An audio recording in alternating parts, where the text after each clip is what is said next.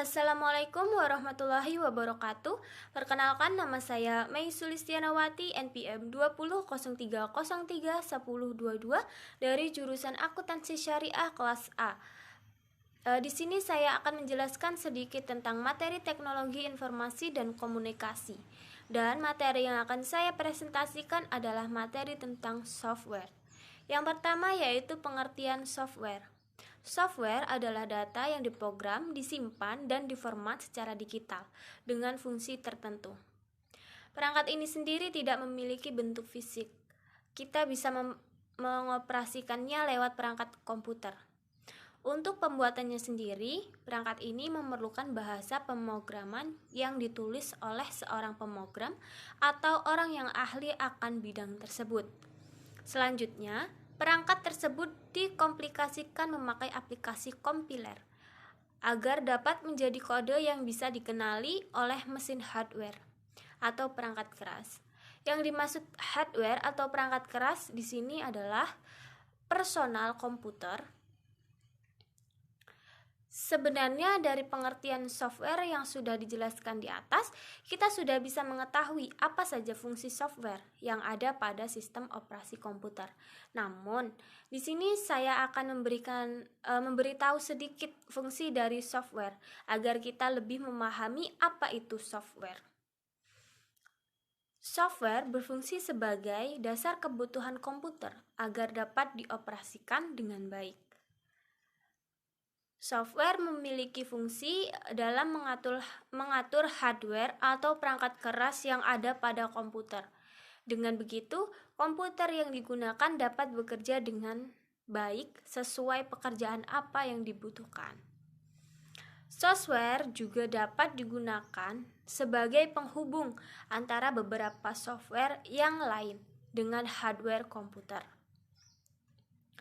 Software juga dapat berfungsi sebagai penerjemah perintah pada software lain yang ada dalam bahasa mesin.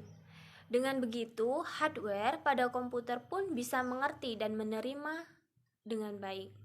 Selain itu, perangkat lunak komputer ini juga dapat kita gunakan dalam mengidentifikasi sebuah program di komputer.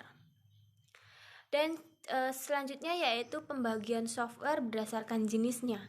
Yang pertama yaitu ada sistem operasi atau operating system.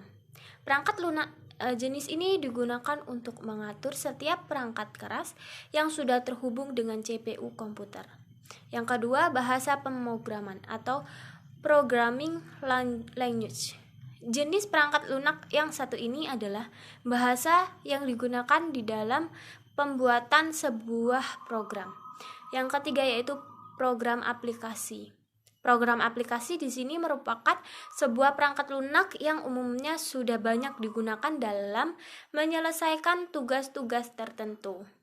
Dan selanjutnya yaitu ada jenis software atau perangkat lunak berdasarkan distribusinya. Yang pertama yaitu ada firmware, yaitu merupakan jenis penyimpanan perangkat lunak yang hanya bisa dibaca. Kedua, freeware, merupakan salah satu jenis software yang tidak memiliki batas waktu tertentu. Ketiga, hardware, yaitu jenis perangkat lunak ini dapat diperoleh serta digunakan tanpa biaya. Yang keempat, open source, yakni sejenis perangkat lunak yang dapat dibuka kode sumbernya. Yang kelima yaitu malware, merupakan salah satu jenis dari software yang dianggap berbahaya dan bisa merusak apabila disalahgunakan penggunanya. Dan yang keenam yaitu shareware. Shareware merupakan sebuah perangkat lunak yang dapat digunakan untuk keperluan tertentu. Dan yang ketujuh yaitu spyware, adalah software yang khusus digunakan dalam memata-matai setiap aktivitas pengguna komputer. Contoh software dari beberapa penjelasan lengkap mengenai software di atas. Kurang lengkap rasanya apabila Anda belum mengetahui contoh software itu sendiri. Di bawah ini merupakan contoh berdasarkan fungsinya. Yang pertama yaitu Microsoft Office Word. Software yang satu ini bisa Anda gunakan untuk mengetik atau mengedit sebuah dokumen dalam tampilan kertas. Yang kedua, Microsoft Office PowerPoint. software yang digunakan untuk membuat sebuah presentasi. Kita bisa menggunakannya untuk mengedit foto, membuat video, dan masih banyak lagi lainnya. Dan yang ketiga yaitu Microsoft Excel. Tidak jauh berbeda dengan Microsoft Word, perangkat ini digunakan untuk mengedit serta membuat sebuah dokumen dengan tampilan kolom. Dan yang keempat yaitu Mozilla Firefox, sebuah software yang berguna yang dapat kita gunakan sebagai peramban web lintas platform bebas dengan sumber terbuka. Itulah beberapa contoh software atau perangkat lunak yang bisa kita ketahui. Dalam sebuah komputer, memang tidak akan terlepas dari yang namanya perangkat lunak itu sendiri. Nantinya setiap komputer yang sudah memiliki software di dalamnya, maka akan memudahkan seseorang dalam melakukan tugasnya. Untuk melakukan tugas tersebut, tidak bisa jika tidak ada software yang disediakan.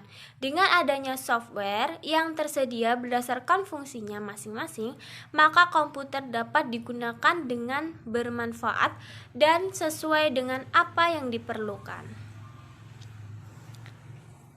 Mungkin itu saja yang dapat saya sampaikan. Bila ada kesalahan kata atau tingkah laku yang kurang berkenan, saya minta maaf dan saya ucapkan terima kasih. Saya akhiri. Wassalamualaikum warahmatullahi wabarakatuh.